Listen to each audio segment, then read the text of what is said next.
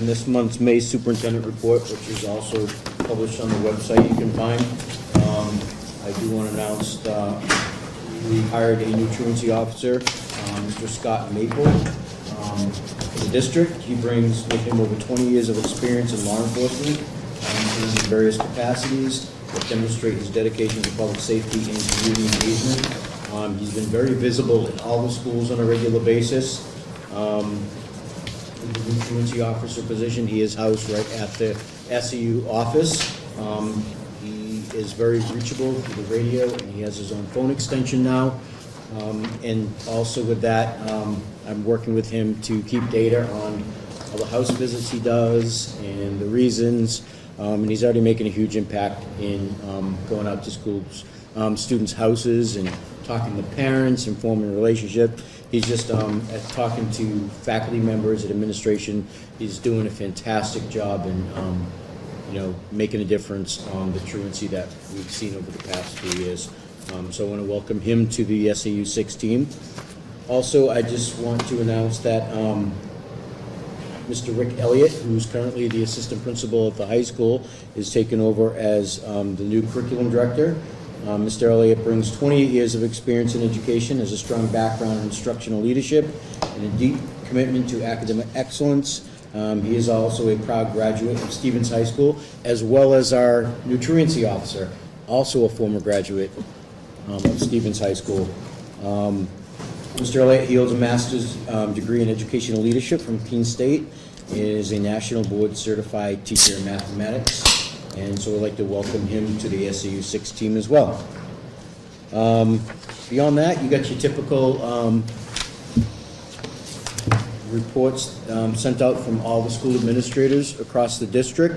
I also added this month some federal and state educational policy updates, just so it relates to what the law bill is, proposed and act changes, and previous language, so people are aware of the bills that are on the floor and what the possible changes may be to these bills if they're adopted. Beyond that, we got some important upcoming dates. It's a busy time of the year. We have on May 23rd, a community concert and barbecue at 6 p.m. On May 24th, Memorial Day, so remembrance. May 26th, there's no school because of Memorial Day. May 27th through the 30th, you have the 8th grade class trip. June 6th is Summer Beach Day at Sunapee Beach. I believe that's for the middle school. June 9th at 6 p.m. is the 8th grade capstone. June 11th is the last day of school, and June 11th also at 7 p.m. is the Stevens High School graduation with reception. So that's it for the superintendent's report. Any questions? Stevens graduation? 5th? That must be for the middle school. I see when I have I thought it was June the 5th. June 5th is It is June yeah. 5th. Sorry, that was the middle school stuff at the end. Unity, I should say. Thank you. Yep. Any other questions for Mr. Pratt? And just a quick reminder for the board that the first meeting in June, we are having that on Tuesday, so we don't conflict with the activities that are happening on Wednesday night before graduation. So just a quick reminder there. But you wanted me to add one more thing. Oh, did I? The Yonder. Oh, yes, I did. As you all know, Stevens High School was the first to adopt the Yonder pouches in the state. And from, I would say that because of the work that Stevens High School did and the success of the Yonder pouches and the no foam policy and procedures we have in place, that the state of New Hampshire is now partnering with Yonder for the state. So Congratulations. it's good news. And, Congratulations for implementing that in Claremont, and it's the first district. and Governor Ayotte has been consulting with Mr. Pratt on what the implementation looked like and what Good for her. the outcomes were. Yes, so we have a little bit of a celebrity here in our midst. Okay, is there any other questions for Mr. Pratt? Moving on to our next item on our agenda, audit and financial updates. This is a presentation about the status of current audits and the budgetary implications of those audit findings. We have three individuals who are going to be speaking to this issue. First is Mary Henry, our business administrator, who is zooming in. Then Mr. Matt Upton, the district's counsel, will be speaking. And then Mike Campo, who is part of the audit team that does the district's audit. So, Mary? Can everybody hear me? Yes. Yes. Okay, great. So I want to start off by saying when I came on board here 2 years ago, I was tasked with getting our audits caught up and getting our financials organized, putting in place procedures, and things of that nature. The things I'm going to talk about, though, I want to make sure everybody understands this current administration was not here during this time. But anyways, to move on, fiscal year 20, we have run into an issue with deficits in fiscal year 20 and 21 because of money that has been returned to taxpayers in error. In fiscal year 20, we should have had $966,213 in a surplus. Instead, we sent back $1.7 million, $1,031,031,546. So that left our actual deficit of $765,333. I just want to clarify that this deficit is because of like I said, we gave back too much money to the taxpayers on our filling out our DOE 25 and the MS 25 that goes forward and goes to set the tax rate. So in reality, we thought, we raised this money. We didn't, so we had to give it. We gave back too much. The next year in 21, we had $133,150 in surplus, and we gave back $1.4 million, $56,968. So this actually puts us in an overall deficit for those 2 years of $2,089,152. I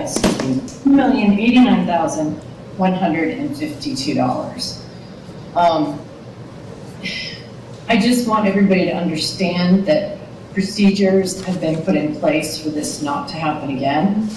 When I came on board, the previous administration had, I don't want to say made errors, but that's what's happened. We've had grant monies that were spent but never claimed. And of course, grants close out in a certain period of time. So if you don't claim them within that certain period of time, they have to be written off to your general budget, which is the budget that determines how much is going to go back to the taxpayers if you have a surplus or if you don't. The other thing is there's some other items in that had to do with liabilities not being properly expensed that we had to then expense in those years, especially in fiscal year 21. We're currently working on fiscal year 22. We hope to have all our audits completed by the October or November of this year, with the exception of 24. But we're getting there, slowly but surely. And again, this is adding to our deficit we have this year, which we had just taken some money out of our trust funds to cover that.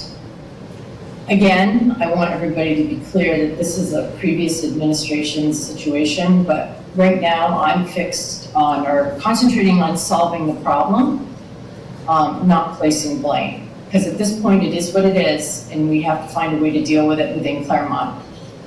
When I found this out, the first thing I did was talk to Matt Upton, had a conversation with him to try to strategize for a plan on how we could deal with this.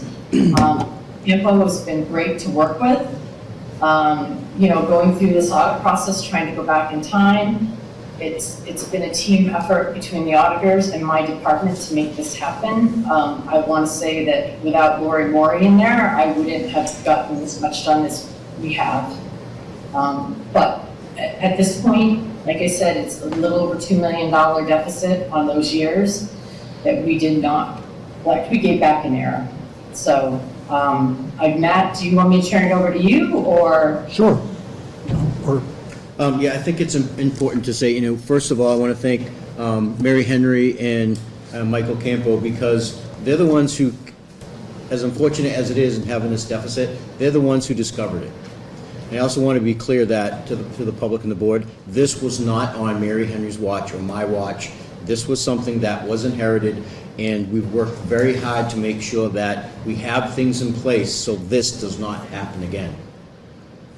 We found it, we're fixing it, it's unfortunate, but it was something that we discovered and we're dealing with. It was not on the current administration's watch, and I think that's very important. It can't be overstated. Would you mind if I just try to summarize what I think you said? So our main issues are the years that are causing us the most trouble are fiscal year 20 and fiscal year 21. Those are the two audits that have been completed. That is correct. And so what I'm hearing is that at the time, what was presented to the board and I guess to the administrative team at that time was the belief that we actually had a much larger surplus than we did.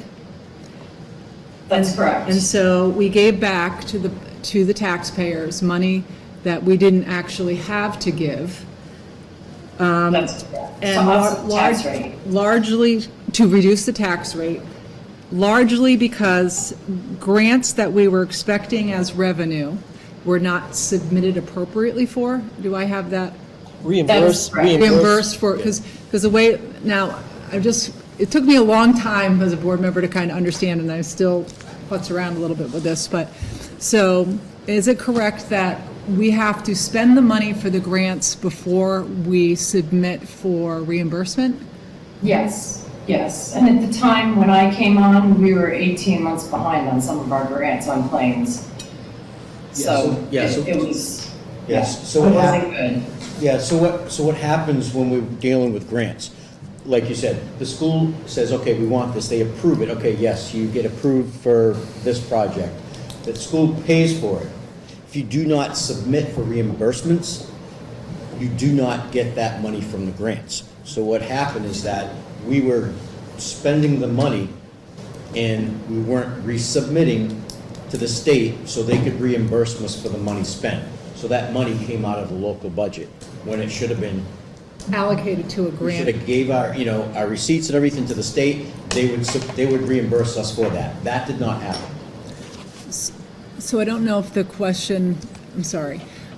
So when the board was getting statements that were essentially saying that we were in a good place, why was that happening, or how could that happen? Well, I'm going to be honest with you, Heather, our books were not kept well, meaning that we weren't updated, transactions weren't updated. I do want to say this, I don't believe there is any foul play here at all. No one has embezzled money or anything like that. I just want to make sure that people understand that. But if you, for instance, wire your bond payment, but don't enter it into the system, there's no record of it until you do that. So when I came on board, we were going back 3 or 4 years to record transactions and balance cash. Now again, I don't know why that happened. I'm not going to speculate it. But that's the way it was done. Now in our system this year, the first year that I was here for 23-24, we now scan everything into the system. Transactions are done immediately. There's a process that we do so that we're not missing stuff. And we reconcile cash on a regular basis. And those are the key things. You have to do that to know where you stand. And honestly, we have not had good starting numbers for our liabilities, our cash accounts, and things like that in a while, because we weren't audited. So again, I can't speculate what happened, but I can say what I've done to fix it. Yes. Can I ask that we allow I will. Mr. He's on Camp? the list. Can I suggest, because I'm thinking maybe some of our questions will be answered. Correct. So if we can move on to have our attorney and then Mr. Campo do the Yes. presentations as well. Thank you, Mary. So, when Mary called me, we sat down and had a meeting, I've since had some conversations with the auditors about the issue. This is what I refer to as a structural deficit. It's a deficit that really only impacts cash flow at the present time. And it's something that I think we can address over a period of 2, 3, 4, even as long as 5 years if we need be. But we need to address it because it does impact cash flow. What I'm going to recommend that the board consider is for your annual meeting in March of 2026 that we establish a deficit reduction expendable trust and that we appropriate money into that trust. And we do that over a period of time to retire the structural deficit. Some of the structural deficit will be handled if you have surplus in any given year. As long as we're not appropriating from surplus, it will actually help to retire that structural deficit. I know this year, because of special ed costs, you're likely not to come out of this year with any kind of a surplus, but in future years, we can monitor that surplus and apply that surplus so that the amounts that we're appropriating into this expendable trust will be lower. I'm going to suggest, and we'll see how this year comes out, but recommend that you appropriate $400,000 in March of 2026 into that expendable trust. That will help to ease some of the cash flow issues that you have now. And that will keep monitoring the situation, including any surpluses that come from year to year, in an effort to reduce that deficit with the least impact to the taxpayers. And that's, I think I've spoken with the auditors about this approach. I think it's the most prudent approach to deal with that, and it will have the least impact on the taxpayers. With that, I'll turn it over to Mike Campo, if you've got anything you'd like to add. Yeah, no, I've been working on this audit. I think I met with this board about 2 months ago. I've been working on this audit since 2016. In that time frame, I think I've worked with, have it written down here, at least 4, 5, maybe 6 different people in the finance department. Some that were there longer than others. I've gone through a handful of superintendents as well, and I know that we've had a lot of turnover in terms of the actual building with the renovations and records going to places that weren't located after the fact. To say this has been a challenging audit process would be putting it lightly. Since we last met, we have been doing regular status meetings with a member of the board, with the superintendent, and with the business administrator, and I think we're seeing some traction in terms of moving forward. In terms of what's being discussed about what's going on in 2025, it's really difficult for me to speak from a place of knowledge because I'm in fiscal year 22. Everything they're saying appears to be reasonable. I can verify that the school district has returned more fund balance than they had, which essentially ends up being a relief on the taxpayer for that year that they shouldn't have received. We're looking forward to continuing to move forward and get these caught up. My intention would be that by the November deadline that we do have all the audits, with the exception of this current year that we're in, already completed. And I believe we had talked to the board and said for the March 31st deadline for the federal clearinghouse is a goal that we're shooting for the 25 audit.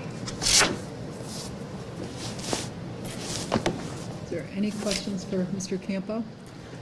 Ms. Hawkins? I have a question, Mr. Campo. During the years, and please excuse me, I may not get the years right. It's tough to remember them all. Were audits done every single year, and then were they presented to the board? And then how was it that the board was given one set of information when audits, if they were done, provided different information? Is that a clear question?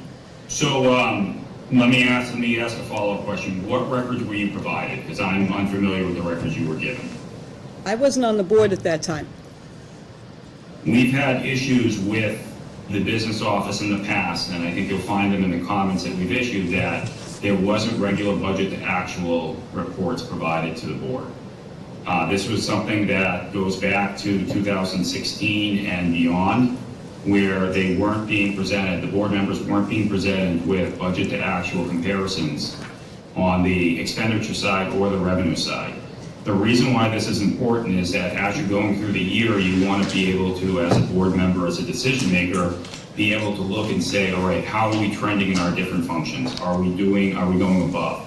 Particularly the function of special ed. What we're seeing in the state of New Hampshire right now is that special ed is really creating a lot of trouble for the finances of school districts because the budget doesn't match what the actual expenses are.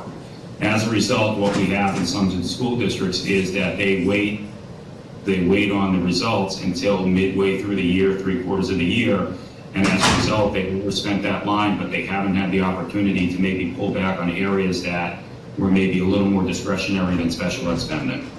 So I'm not sure what reports you were seeing at the time. If you want to use 2016 as the example, I can tell you didn't receive a report in 2016 for the 2016 because of the difficulties we had between the quality of the general ledger at the time as well as the cooperation of management at the time. I believe Corey LeClaire was the superintendent there. She had worked very hard to try to help us with the business office, but even that was not enough at some points. I remember a specific date that I had myself and a team of 5 others come out to Claremont. We got to about the Home Depot and received word that the business administrator was not going to make it to the office that day.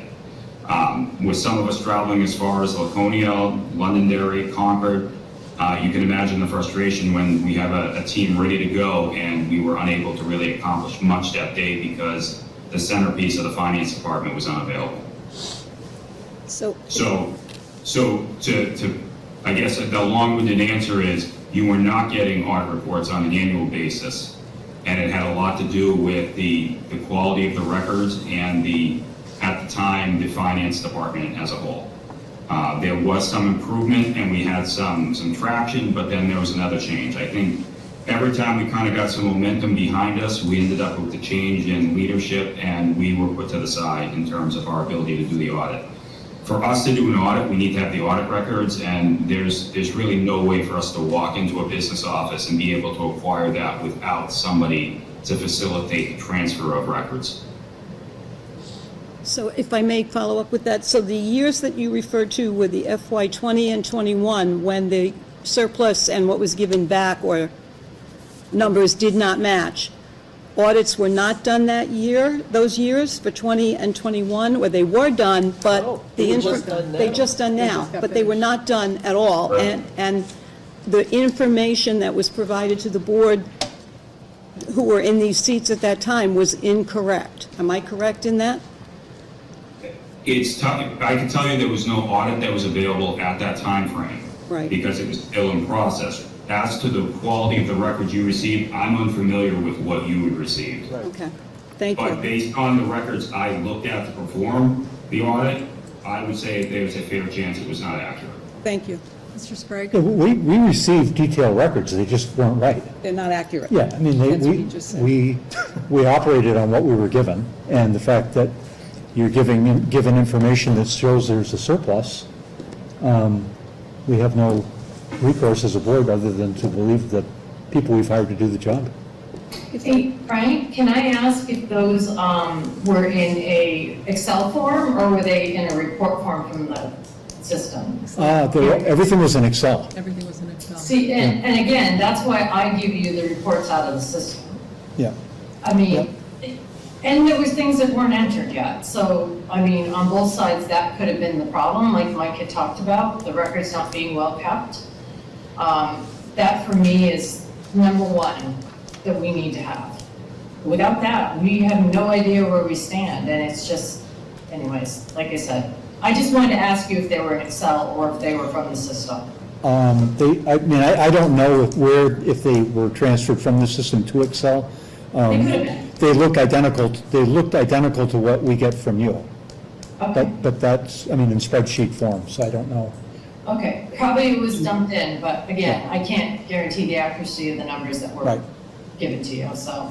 I can share with you that when I first started this audit, the finance person in there at that time had shared with me they were not giving those records. So I don't know what time frame that would have been. It's probably the 2016 area, but they had said that they weren't on a regular basis. No, I'm talking in the 2020. Okay, all right, fair enough. And I will also share that I had conversations with management at the time for 20 and 21 with concerns with not knowing, with being years behind, that not knowing where fund balance was at, to please be conservative with their, or I advised them, I can't tell them what to do, I'm independent, but to be conservative with what they returned in terms of use of fund balance. And I have been for the past couple of years, not knowing. Matt? The only thing I just want to add some context to this, I also have to understand that during these years, and even into '22, there was an awful lot of extraordinary grant money that was being distributed throughout the state. There were a lot of districts that had difficulty in getting reimbursements, getting clear guidance on what reimbursements were, or what expenditures qualified for reimbursement. And there were a number of districts that had similar issues with revenues that were booked that were never recovered. And I think many districts learned early on that they needed to be conservative when they were booking revenues, to ensure, because of the inefficiencies in the systems, to ensure that they were going to receive all the money that they showed as a revenue. And I think what we will find probably as we go deeper into this, we'll see that eligibility for grants was probably booked as revenues, yet were not fully recovered. And that created the structural deficits. Ms. Hawkins?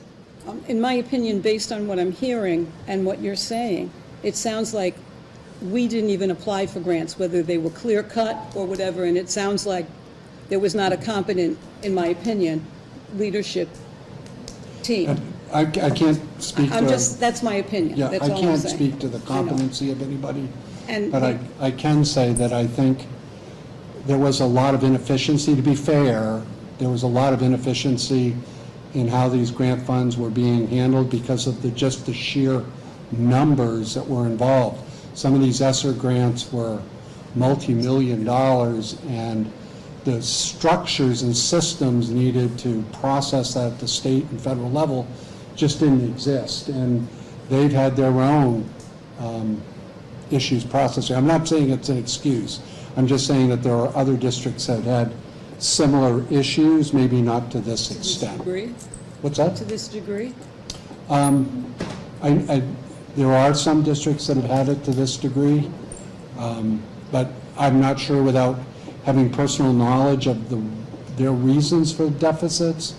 I can't speak to that, but I can just say that there was a lot of inefficiency, and I know that I personally had to write letters requesting reimbursement for things like nano-touch technology that was purchased on behalf of districts to be placed on surfaces so that viruses were not being transmitted, and the difficulty we had in getting qualified reimbursements for those kind of expenditures.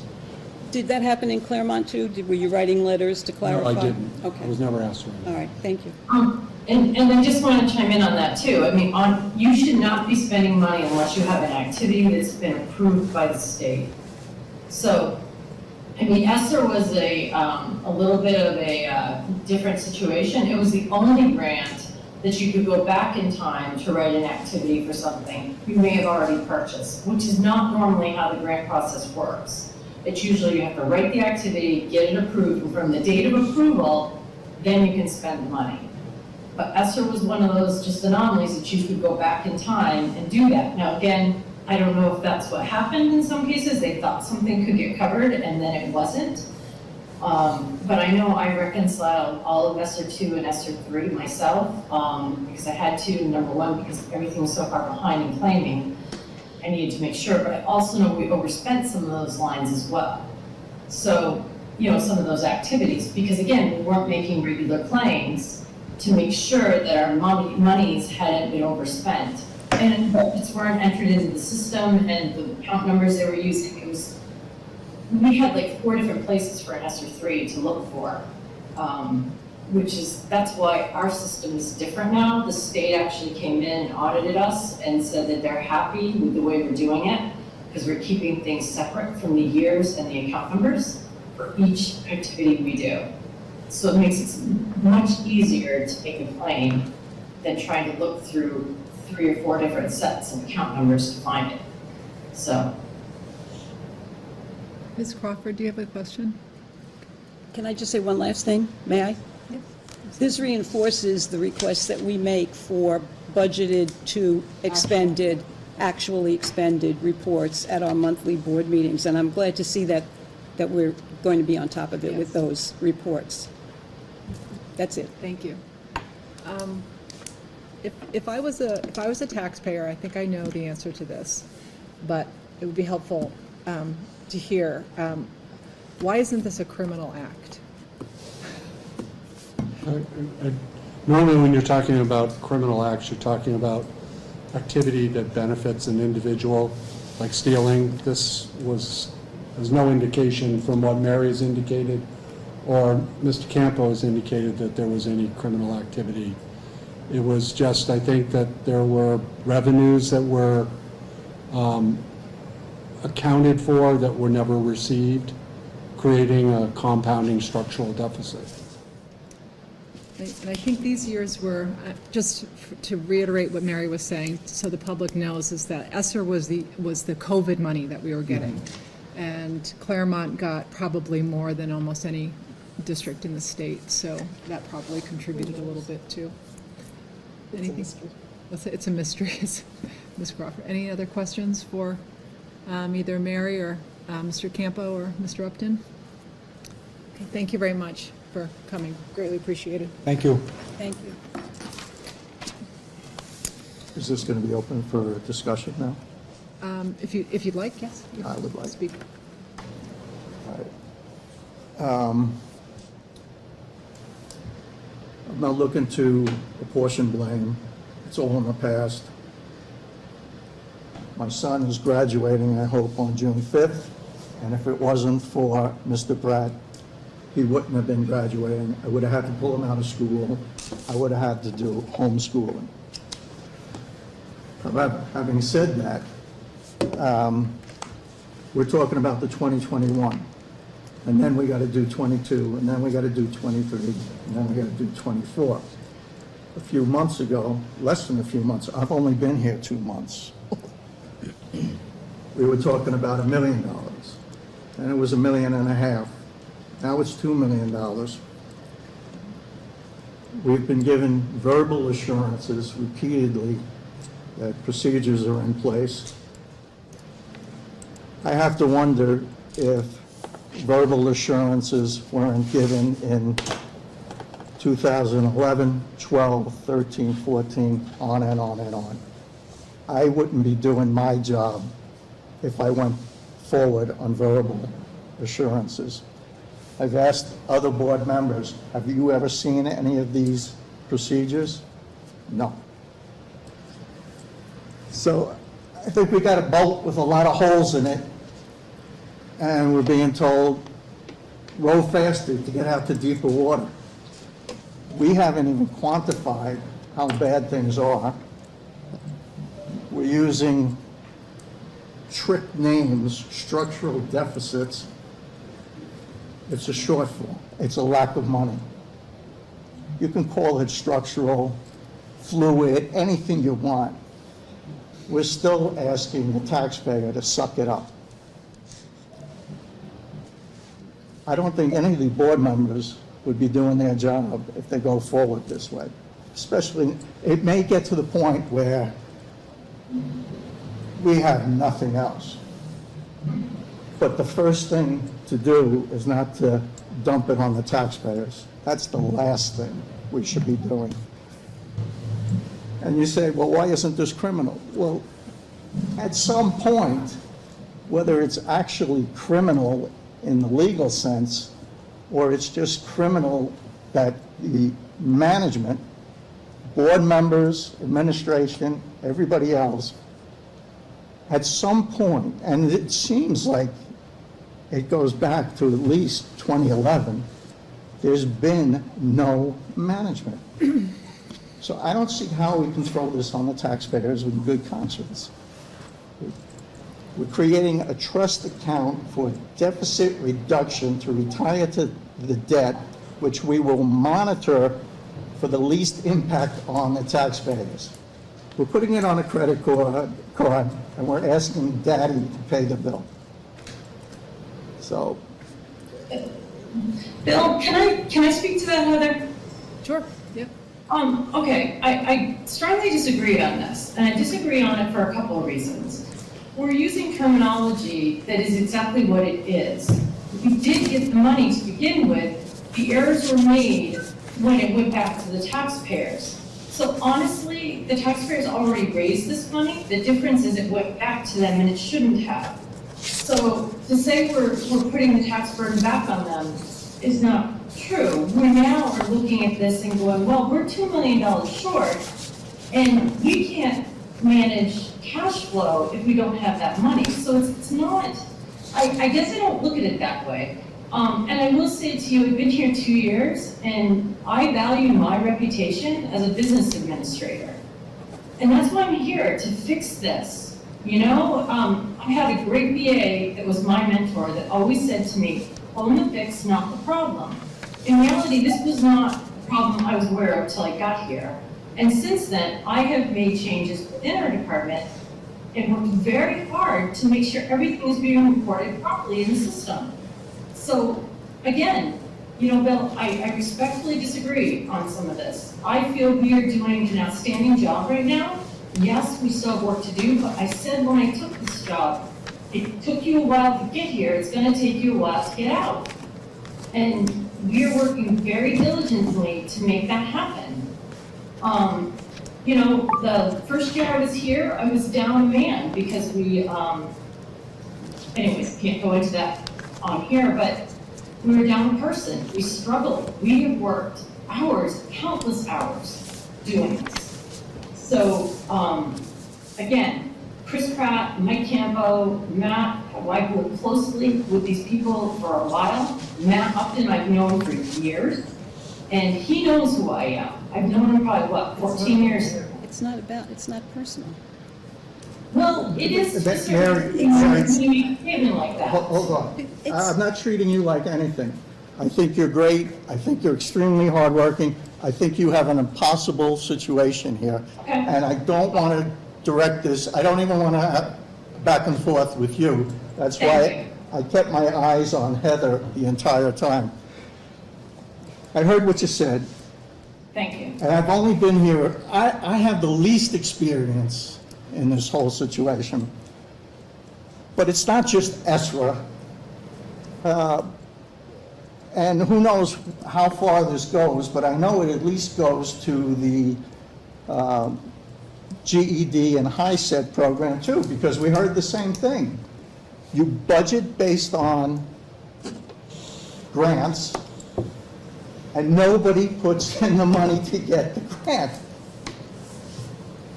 There's a management problem. And all we're getting is assurances verbally, and I'm sure they got verbal assurances 10 years ago and 5 years ago. And Mary, you have an impossible job, So, but we have a job to do too. So we got to draw the line and say, no more. Fix it. So what I can tell you is what the Finance Committee has been committed to doing and what we have actually been moving forward and doing, which is we're going through every fiscal policy, line by line. We are meeting with Mr. Pratt and with Mary Henry to ensure that there are procedures that are going to be in place Do we get to see those procedures? We will ask for the procedures. I can assure you, we will ask for those procedures. That is part of the commitment of our Finance Committee. So we didn't have these I'm not giving an excuse, I'm just giving an explanation or just walking through. We didn't have these committees until probably 2 years ago. I am not So- attributing blame No, to but I'm letting you anybody. know that, and the public to know too, is that there are steps, we are actively engaged in monitoring and doing proper oversight, because I couldn't agree with you more, that in some level, I think that many board members in the past and even in the current situation, you don't know what you don't know when you walk into one of these positions. So quite frankly, the board members back in 2016, 2011, they might have not even known what they should have been looking for. I'm And sure so they what didn't. we're trying to do is we're really trying to, we've actually got a purpose policy, we have a list of things we're going to do this year, and we're holding ourselves very accountable. And the policy committee has forwarded a number of financial management policies to us, and we're going to be doing our due diligence, because I couldn't agree with you more, and I don't think there's a member on this board that doesn't agree that there has to be a strong oversight, and that is our obligation. So I do agree with you on that. If I may piggyback on what you're saying, in terms of the Finance Committee and Policy Subcommittees, we will be looking at, and you're honest, so you're working, we will be looking at the financial management categories and revisions that are coming forward from the Finance Committee to the Policy Subcommittee.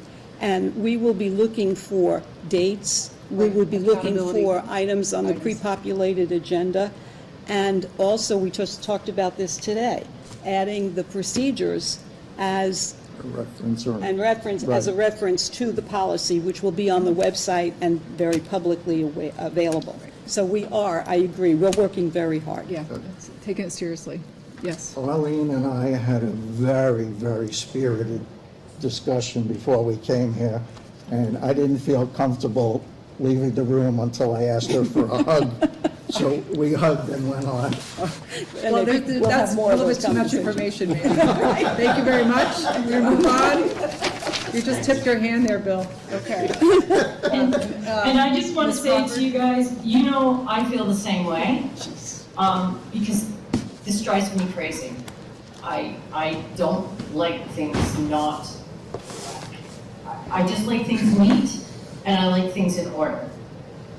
Because that's all I have to go on. And if I don't have that, I can't make decisions, and neither can the superintendent, neither can you. So, again, sorry, Bill, if I misinterpreted what you said. Next time I see you, I'll give you a hug too, man. TMI, Bill. That's good. I would like that. Thank you. Ms. Can I cry on your shoulder, too? Ms. Crawford, you will comment? I would just like to say that I think past boards are complicit in this problem. I think if anything, we have learned that the expression trust but verify. I think that it's incumbent, no, that's not the right word. It is important for every board to take the responsibility to get a third-party verification of what the financials are.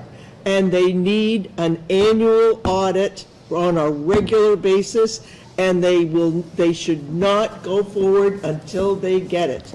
And they should all resign if they don't get it.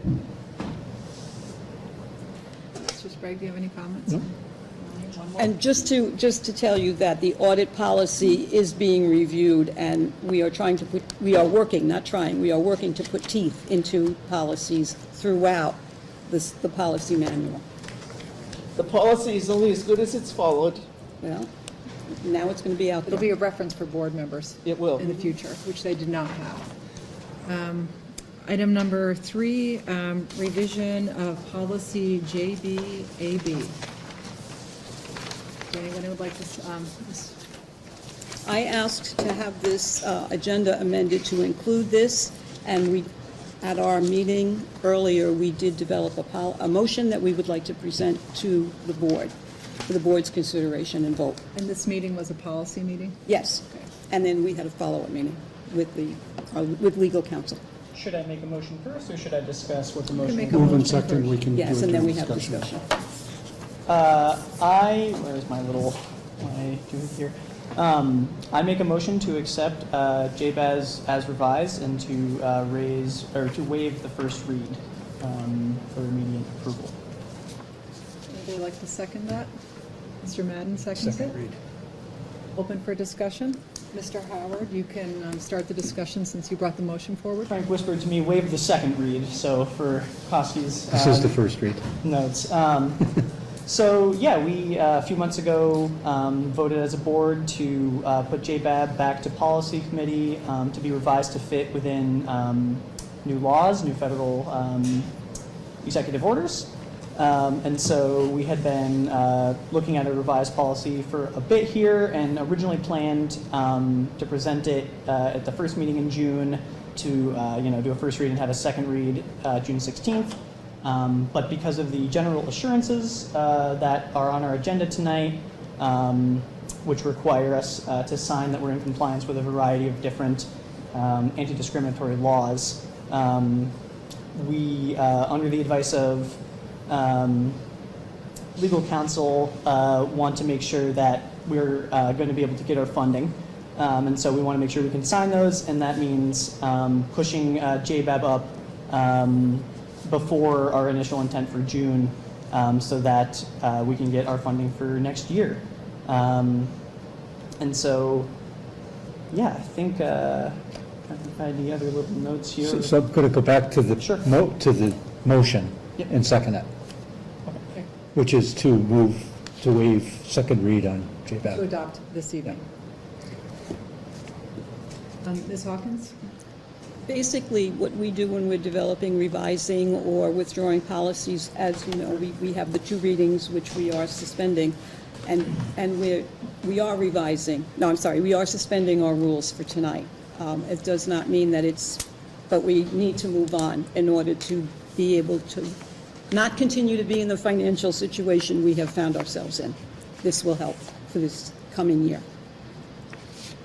Is there any other comments or questions before we move? I had another Mr. comment. In addition to the revised JBAB meeting the requirements under the general assurances, Mr. Pratt had also provided us with an accompanying list of anti-discriminatory policies that are also in place to protect students of any background, including transgender students who would be covered under JBAB. So in addition to the revised policy, we still have a slew of policies that protect for different reasons. I think that's all I have for notes. Mr. Pratt, would you like to speak? Yeah, just so the clear with the public is that the JBAB policy, it's being revised, but the reason why it was pushed up because we got the new date from the state in regards to insurances. Assurances is something that the superintendent has to sign off saying, we're meeting all the requirements to accept any grant monies. So as previously discussed, we're not getting rid of the JBAB policy, it's just revised so it meets the letter of agreement with the assurances so we can get our money, and the assurances have to be turned in by June 1st. The previous meeting we had about JBAB, we were unaware of that date. That's why it was pushed up. It wasn't anything other than that. And so we want to make sure we get more money. The JBAB policy stays in place with revisions, so it doesn't go against anything in the insurances.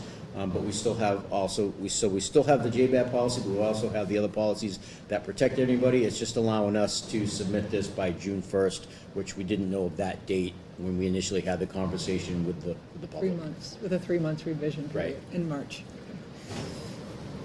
Any other comments before we vote to adopt policy JBAB as revised by the policy committee today, May 21st? Okay. All in favor of adopting the revised JBAB policy, say aye. Aye. Any opposed? Seeing none opposed, the revised policy has been adopted. If I may add to that? Yes. The revised policy the current policy will be updated on the website, on the policy manual, with the just passed revised policy. Within 24 to 48 hours, I believe, is the timeframe. Okay, Thank you. thank you. Moving on to the next item on our agenda, which is fiscal year 26, general assurances.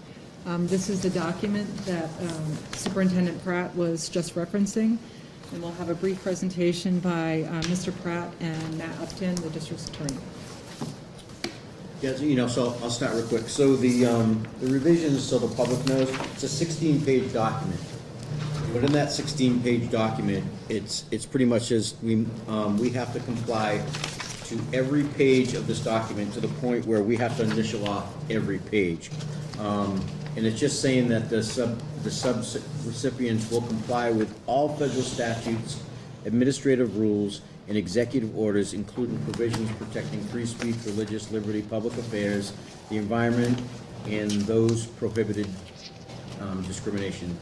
And so when we talk about general provisions, it's a very long document. It's very specific in regards to if you want your grant money by July 1st, you need to agree to this and sign it on before June 1st. So, and this is something we have to sign every year. It's not anything that's new, that's put out by the state, because what it is, the state accepts money from the feds. So in order for the state to accept money from the feds, they have to put these general assurances in and give them out to the subrecipients, which is the SEUs and school districts, saying, okay, we're going to comply with everything you're saying in regards to, we have all the right policies in place, procedures in place, so we can release these grant monies to you. So that's pretty much what general assurances are, and this, the board has to vote on giving superintendent permission to, not permission, but agree what we will comply. that you will comply with these insurances, and I sign off, and the board signs off that we are in compliance with everything in these 16-page document. Can you just briefly mention, like, what kind of grants and how much money we're talking about? So it's not They haven't released. title grants, It's title grants. It's reduced lunch, IDEA. ID, okay. So is it over, roughly over 2 million? Perkins, Perkins yes. grants. Yes, it is. In the past, it's been over 2 million, so they'll be releasing what the allocations are. They're hoping this week for all the grants. So, I think the Perkins money is staying the same, we know that. We know that we will be getting, even based on everything that's going on at the federal level, that we will be getting our title monies and everything like that for this next following year. Unsure if it's gonna change for future years, but we know we're getting, they just haven't, given us the allocations yet. The state has reached out to the feds, and the feds is just saying, we haven't had time to, tell you what you're gonna get. So with everything going on at the federal level, that was there, and so they just haven't had time to determine how much each state's gonna get, so they can allocate it to school districts and stuff. But this is something we have to do every year. We gotta we have to make sure that everything's in place, and it's a lot of paperwork. That's why it's a 16-page document of general assurances.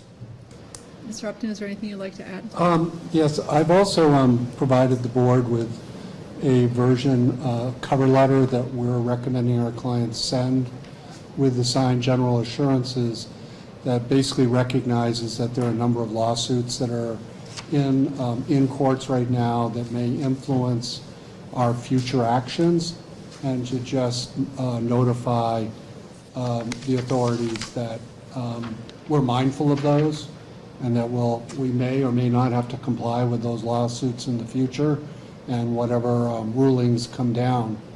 So it's more of just recognizing that the law is in the state of flux right now.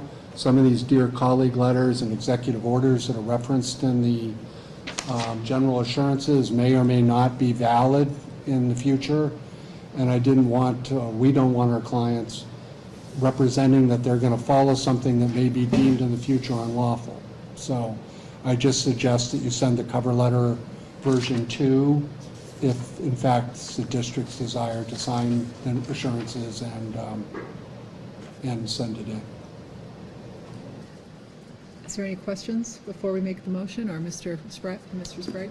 I'd like to make a motion that we approve the general assurances for Mr. Pratt to sign and include the letter that Mr. Upton has recommended. Is there a second? Second. Mr. Petron seconds. You can open the floor to discussion.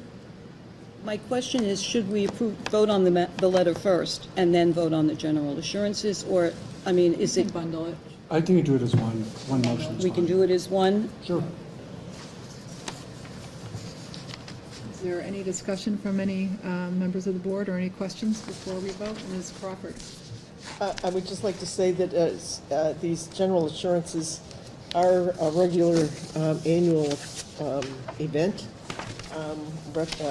something that the superintendent and the board has to do. This year, the version has expanded.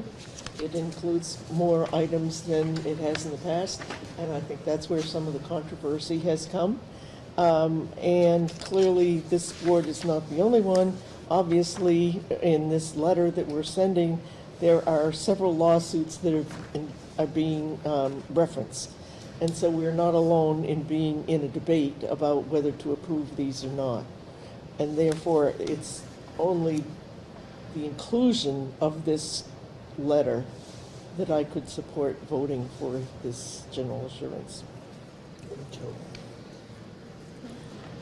Any other questions or comments before we vote? I would just like to say I agree with Ms. Crawford, and I really am uncomfortable with the fact that you agree to this or else, which is broader than it has been in the past, and it is still in litigation. We're being asked or told, in order to get your funding, which Claremont definitely needs, you must sign these unsettled letters of assurances, and that's just my opinion. Mr. Howard? I think it makes a lot of sense as a document, especially to keep people accountable. We talked a lot about management, and I think things like this make sure that school districts are, particularly in finance, doing things the right way when requesting money from the government and how they spend that money. So I think that's good. But I do think, as others have said, there's just a lot of stuff crammed into it that has little to nothing to do with federal grant money. And some of the stuff that they've even taken out themselves, like certain references to certain executive orders on the first couple of pages, they've kind of already stripped. I think they know that it's pretty inflammatory, but just like everybody else, it's par for the course to, want to see accountability in your school district and how you spend money. So I think it's responsible that we say yes to this, not only because we get money, but because it keeps us accountable in our bookkeeping and things like that. Thank you. All in favor of giving Mr. Pratt and myself permission to sign the general assurances, say aye. Can we have the motion reread, please, just to make sure that I understood it correctly, and the letter is in there? Well, I can restate it. Yeah, Sure, please. restate I think what I said was, I'd like to move that we approve these assurances, give Mr. Pratt and Ms. Whitney the ability to sign off on these, and include the letter that Mr. Upton has recommended. Great, thank you. Good. Yes. All in favor? Aye. Any opposed? Seeing none, motion passes. We have removed the what was going to be number 5 item of approval of bylaws to the consent agenda, so we're good there. Moving on to our subcommittee reports. First report will be from Mr. Sprague, Finance Subcommittee. Okay. Thank you. Mr. Upton. You'll find in your packet, the Finance Committee has developed a purpose statement, and along with our meeting cadence, so that's in your packet. So I would ask for a motion to approve this. And this will go on attached to our subcommittee on the website, so that the public also knows what we're going to be accountable for. Make a motion to accept the financial subcommittee purpose statement. Is that? I'll second. Are you going to second? I'll second it. Arlene seconds. Any questions regarding the purpose statement? Mr. Madden? No. Just checking. I'm getting kicked under the table. I'm not doing it. It was me. All in favor of accepting the financial subcommittee purpose statement, say aye. Aye. Seeing none opposed? Okay, I'm not done yet. So we've also been working on, as you referenced, policies that are being kicked our way from the policy committee. We've been working diligently on those. Our next meeting is June 13th. You may have all noticed in your mail, your email today that you received, was it today or yesterday? Today. An email from the state regarding the fiscal monitoring Oh, yesterday. report, and we're going to be meeting on that on the 13th with the administration. And I think that's it. We're going to meet again at the end of June.